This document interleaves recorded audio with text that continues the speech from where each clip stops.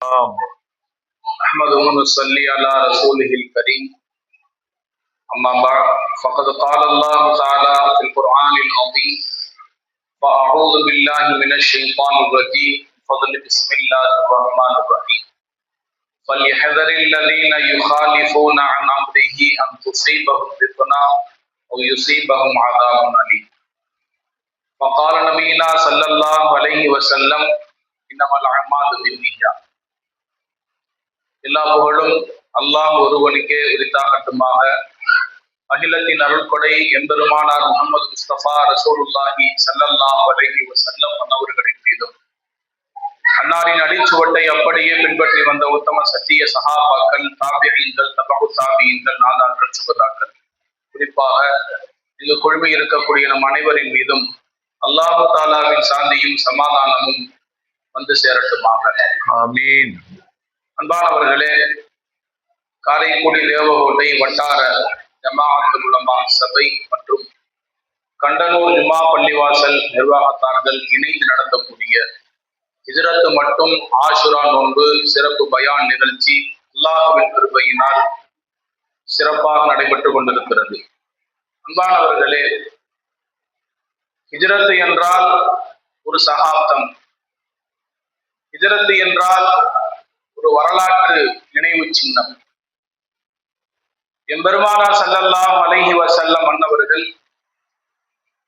இந்த மார்க்கத்திற்காக செய்த தியாகங்களில் மிக முக்கியமான ஒரு தியாகம் ஹிஜ்ரத் என்ற இந்த பயணம்.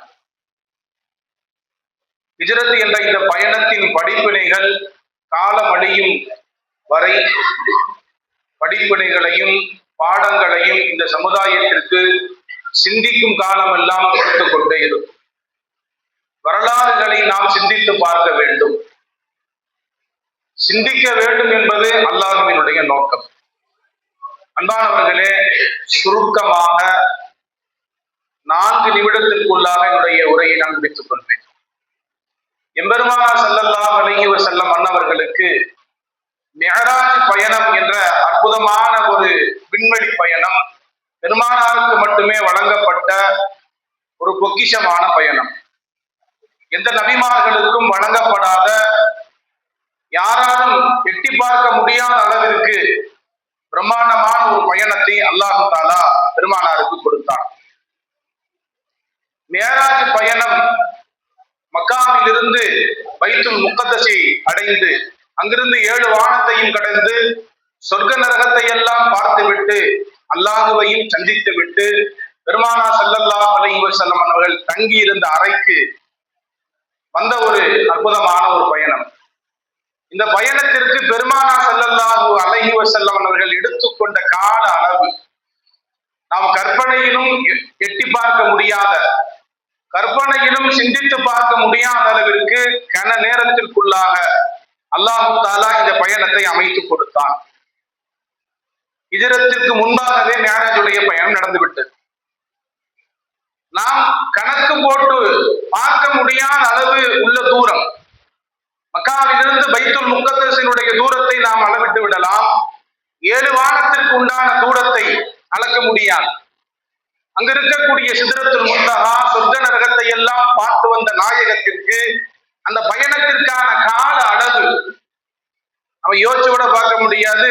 கன நேரத்திற்குள்ளாக அல்லாஹ் தஆலா அந்த பயணத்தை அமைத்து கொடுத்தான். பெருமானாருடைய மன ஆறுதலுக்காக, பெருமானாருடைய கண்ணியத்தை உயர்வுபடுத்த வேண்டும் என்ற எண்ணத்திலே அல்லாஹ் செய்து கொடுத்த ஒரு பயணம். மிஅராஜுடைய பயணத்திற்கு அடுத்ததாகத்தான் ஹிஜ்ரத்துடைய பயணம் நடந்து இருக்கிறது. அல்லாஹ் நினைத்திருந்தால் மிஅராஜ் பயணத்தில் பெருமானாருக்கு எந்த கஷ்டங்களையும் கொடுக்காமல் லேசாக, இலகுவாக, கண்ணிமைக்கக்கூடிய நேரத்தில் அந்த பயணத்தை அமைத்து கொடுத்த அல்லாஹ் ஹிஜ்ரத் என்ற இந்த பயணத்திலும் சிரமங்களை கொடுக்காமல் கன நேரத்திற்குள்ளாக மதீனாவிற்கு கொண்டு வர முடியும். கொண்டு வந்திருக்கலாம். ஆனால் இந்த பயணம் இந்த சமுதாயத்திற்கான ஒரு படிப்பினை பயணமாக, ஈமானுக்கான பயணமாக, காலம் உள்ளவரை யார் யாரெல்லாம் இதை பற்றி சிந்திப்பார்களோ அவர்களுக்கு தேவையான எல்லா படிப்பினைகளும் பாடங்களும் இந்த ஹிஜ்ரத் என்ற இந்த பயணத்துக்குள்ள இருக்கும்.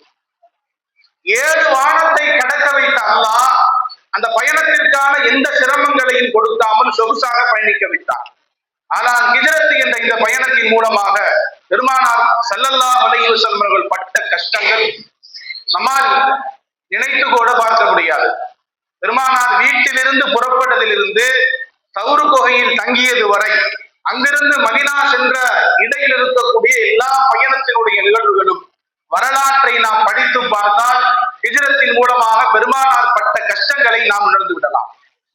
அல்லாஹ் ஏன் ஹிஜ்ரத் என்ற பயணத்திலே இவ்வளவு சிரமங்களை மறைத்து வைக்க வேண்டும்? சஹாபாக்களுடைய உள்ளங்களிலே ஹிஜ்ரத் என்ற இந்த பயணத்தை வருடமாக கணக்கிட வேண்டும் என்ற உதிப்பை அல்லாஹ்தான் உதிக்க செய்தான். எனவே அன்பானவர்களே, ஏராளமான பாடங்களும் படிப்பினைகளும் நிறைந்திருக்கக்கூடிய இந்த ஹிஜ்ரத் பயணத்தை நாம் படிக்க வேண்டும், சிந்திக்க வேண்டும். வல்ல ரஹ்மான் இன்னும் வரக்கூடிய சிறப்பு பேச்சாளர்கள் அதற்குண்டான எல்லா விளக்கங்களையும் நமக்கு தருவார்கள். வல்ல ரஹ்மான் அதற்கான ஹிதாயத்தை, நேர் வழிகாட்டுதலை நம் எல்லோருக்கும் தந்தருவானாக. வாஹிரு தஅவானா அல்ஹம்துலில்லாஹி ரப்பில் ஆலமீன்.